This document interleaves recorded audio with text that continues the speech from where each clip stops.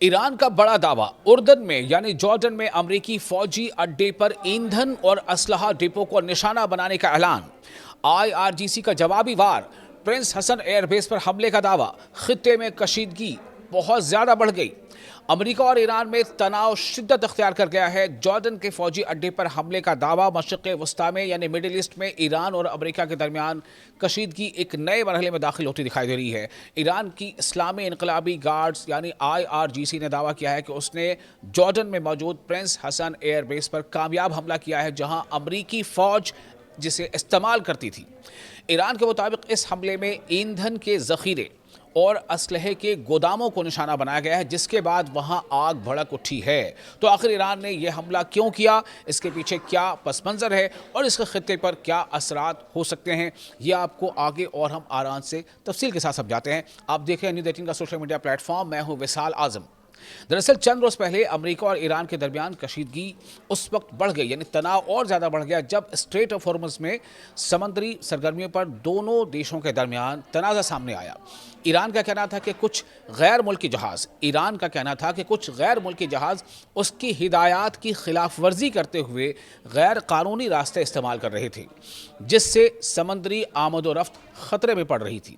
ایران کے مطابق اس کی بحریہ نے یعنی اس کی نیوی نے ایسے 2 جہازوں کو روکنے کی کارروائی کی۔ اس کے بعد امریکہ نے جنوبی ایران میں یعنی سدرن ایران میں ساحلی فوجی اڈوں اور ٹیلی کمیونیکیشن تنصیبات پر فضائی حملے کیے، ایئر اسٹرائکس کیے۔ ایران کا کہنا ہے کہ جارڈن میں کیا جانے والا حملہ یعنی جارڈن میں کیا جانے والا ایران کا جو حملہ ہے، جو جوابی حملہ ہے، انہی امریکی کارروائیوں کا جواب ہے۔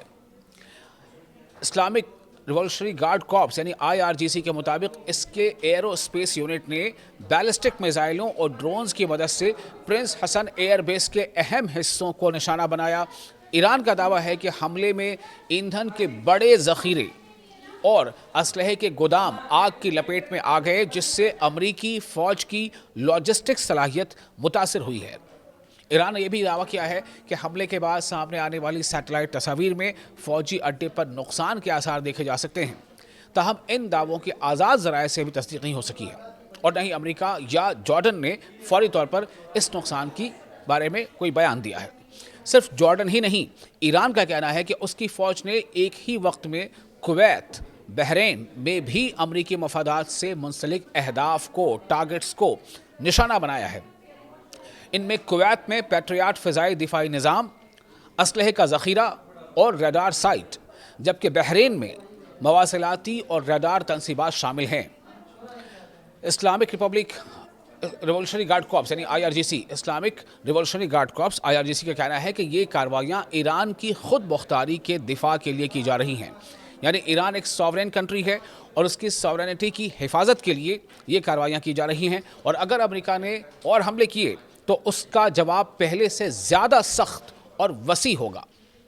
وہیں دوسری جانب امریکہ پہلے ہی کہہ چکا ہے کہ اس کی فوجی کارروائیاں اپنے مفادات اور خطے میں موجود فوجیوں کے تحفظ کے لیے کی جا رہی ہیں۔